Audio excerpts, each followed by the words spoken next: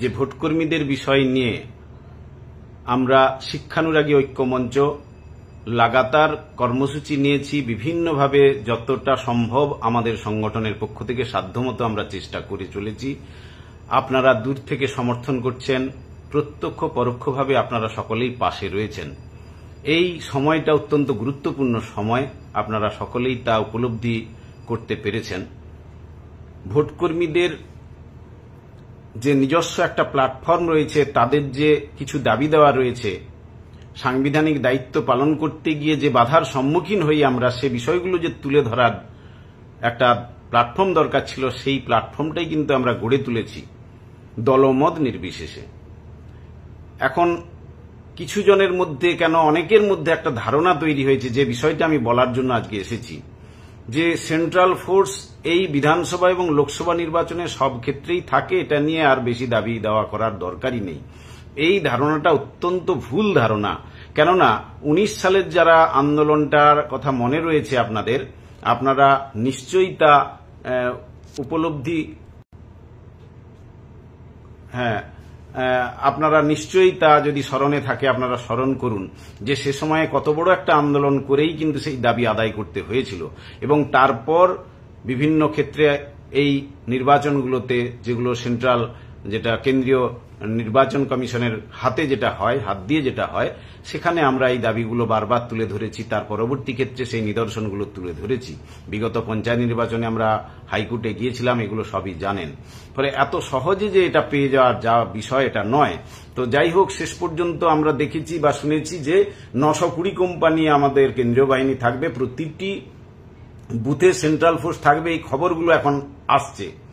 কিন্তু বাস্তবে আপনারা বাস্তব জায়গাটা দিয়ে ভাবুন যে এই 920 কোম্পানি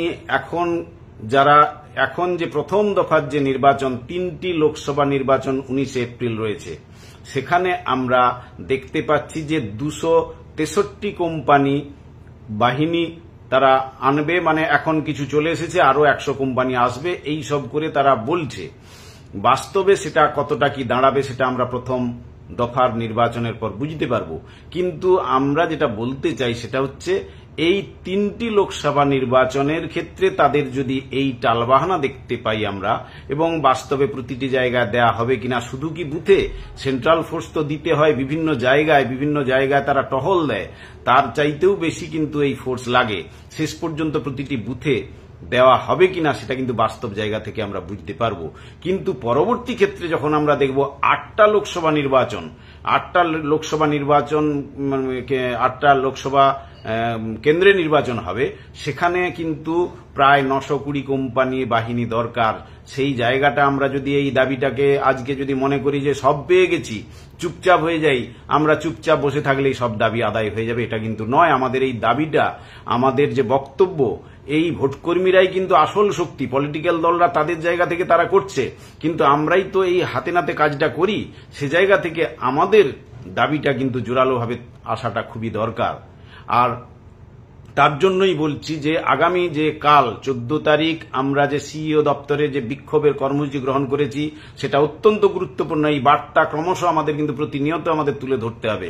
এই জায়গাটা যদি আমরা না করি, তাহলে সে জায়গাটা যে উদ্দেশ্যটা নিয়ে এই সংগঠন গড়ে তোলা এবং আমরা যে বক্তব্যটা তুলে ধরতে চাই, সেটা কিন্তু ঠিকমতো তুলে ধরা যাবে না। সেই জায়গা থেকে আমাদের এই কর্মসূচি।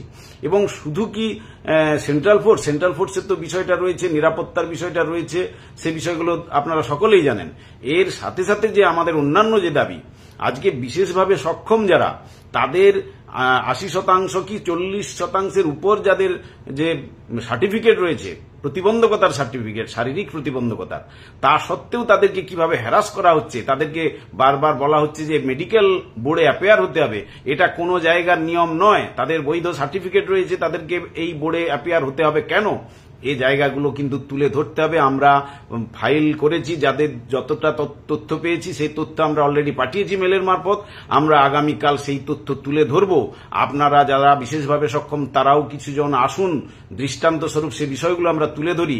আগামী দিনে যেন কোনোভাবে এই ধরনের ডিউটি তাদেরকে বাধ্যতামূলকভাবে চাপিয়ে দেওয়া না যায়। ইচ্ছুক কোনো জায়গা থেকে তাদের যদি ইচ্ছার ভিত্তিতে তারা যান, সে যেতেই পারেন, কিন্তু এই জোর করে যে চাপিয়ে দেওয়া বিভিন্নভাবে, এমনকি যারা দৃষ্টিহীন তাদেরকেও পর্যন্ত দায়িত্ব দিয়ে তাদেরকে হ্যারাস করা হচ্ছে, এই জিনিস মেনে নেওয়া যাবে না। এই জায়গা থেকে এই যে শুধু সেন্ট্রাল ফোর্স নয়, অন্যান্য যে দাবিগুলো, রেমুনারেশন, আজকে আপনারা জানেন রেমুনারেশন বৃদ্ধি হচ্ছে না, 10 বছর হয়নি। এমনকি উত্তরবঙ্গে যারা এই প্রথম দফায় যে নির্বাচন, সেই নির্বাচন যারা ভোটকর্মীরা ট্রেনিং নিয়েছেন তাদের যে অর্থ দেওয়া হয়েছে, সেখানে আমরা দেখতে পাচ্ছি যে রিপ্লেসমেন্টের যে 170 টাকা সেখানে তাদেরকে কম দেওয়া হয়েছে।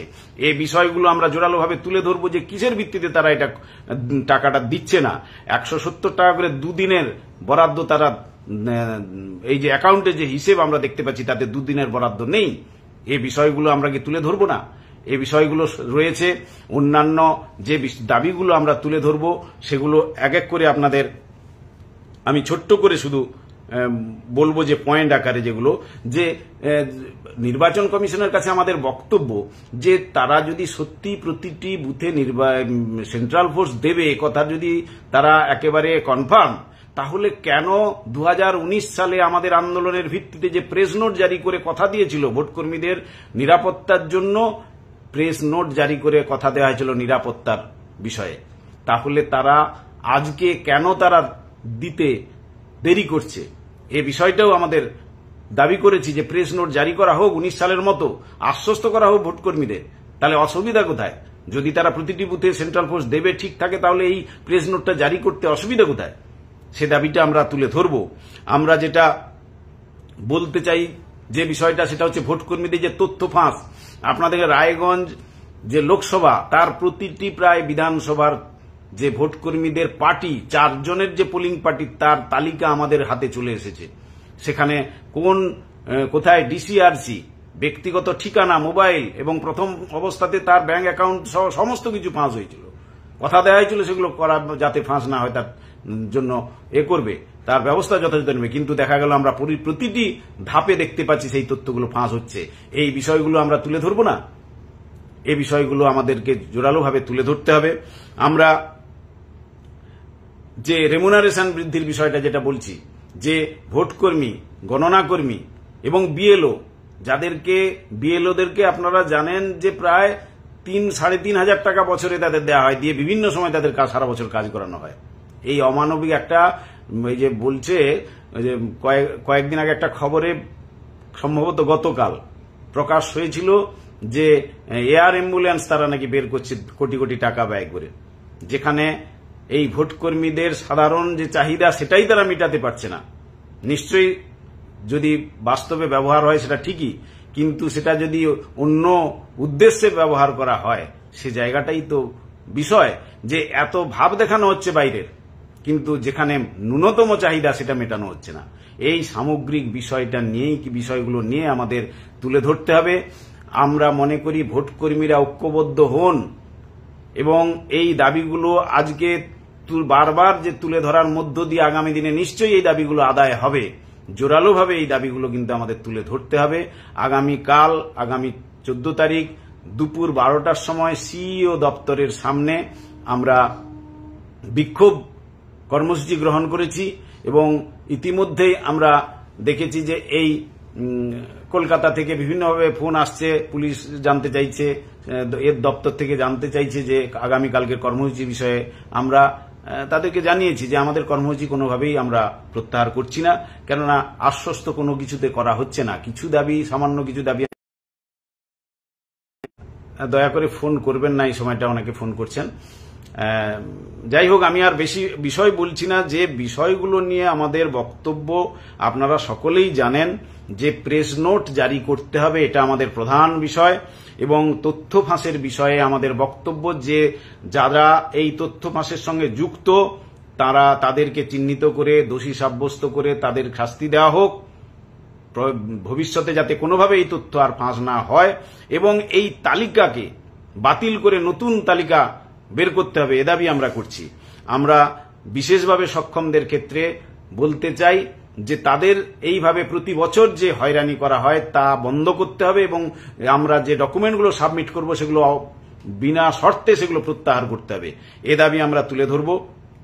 আমরা রেমুনারেশনের বিষয় নিয়ে তুলে ধরব, যে ভোটকর্মী, গণনাকর্মী, বিএলওদের যে রেমুনারেশন ভাতা বৃদ্ধির বিষয়টা সেটা তুলে ধরব, এবং এই যে যারা ট্রেনিং নিয়েছেন, যারা প্রথম ভোটকর্মীর ডিউটি পালন করবেন, তাদের যে অ্যাকাউন্টে অর্থ দেওয়া হয়েছে তার মধ্যে যে অসঙ্গতি আমরা দেখতে পাচ্ছি সেই বিষয়গুলো তুলে ধরবো। এছাড়া অন্যান্য বিষয়গুলো তো রয়েছে, গুরুত্ব দিয়ে এগুলো আমরা তুলে ধরবো এবং টাইম টু টাইম আমরা এই বিষয়গুলো নিয়ে কমিশনে বারবার যাব।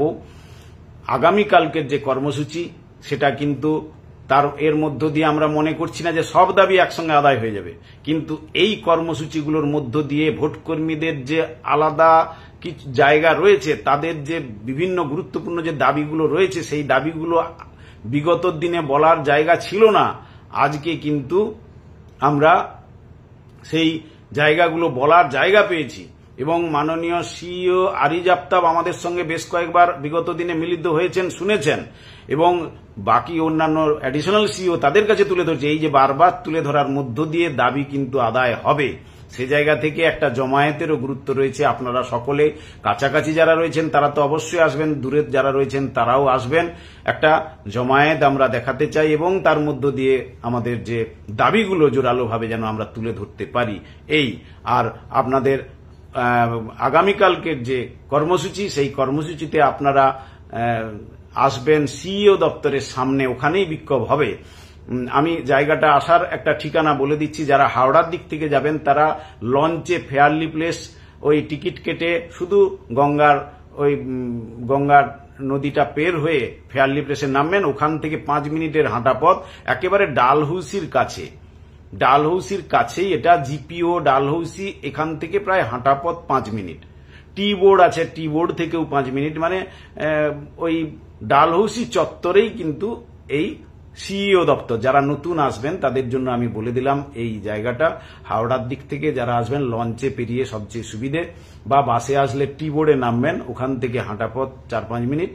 আর অন্যান্য দিক থেকে যারা আসবেন তারা ডালহৌসির কাছাকাছি নেমেই একটু খোঁজ করলে আপনারা জানতে পেরেছেন, জিপিও বা ডালহৌসির কাছাকাছি। আগামীকাল আপনারা সকলে আসুন, দেখা হবে। আমরা এই দাবিগুলো জোরালোভাবে একসাথে তুলে ধরি। ভোটকর্মীদের যে বিষয়গুলো, ভোটকর্মীদের যে দাবি দেওয়া, সেগুলো যেন আমরা জোরের সাথে তুলে ধরতে পারি এবং যার মধ্য দিয়ে আজকে এবং আগামী দিনে বেশ কিছু যেন দাবি আমরা আদায় করতে পারি সেই লক্ষ্যে। এবং এই দাবিগুলো কিন্তু ভোট প্রক্রিয়া চলাকালীনই আমাদের তুলে ধরা ছাড়া উপায় নেই। এই ভোট প্রক্রিয়া যখন সমাপ্ত হবে তখন কিন্তু এই দাবির কোনো গুরুত্ব নেই। ফলে এই জায়গাটা অত্যন্ত গুরুত্বপূর্ণ সময়। আপনারা ছুটির দিন রয়েছে আগামীকাল রবিবার, পয়লা বৈশাখ, নিশ্চয়ই কিন্তু আমাদের কিছু করার নেই, অন্য কোনো ছুটির দিন পাচ্ছি না। পরে করতে গেলে সেটা হচ্ছে প্রথম যে নির্বাচন 19 তারিখ, সেটা পেরিয়ে যাবে। সেই জায়গা থেকে এই ডেটটা আমাদের করতে হয়েছে বাধ্য হয়ে।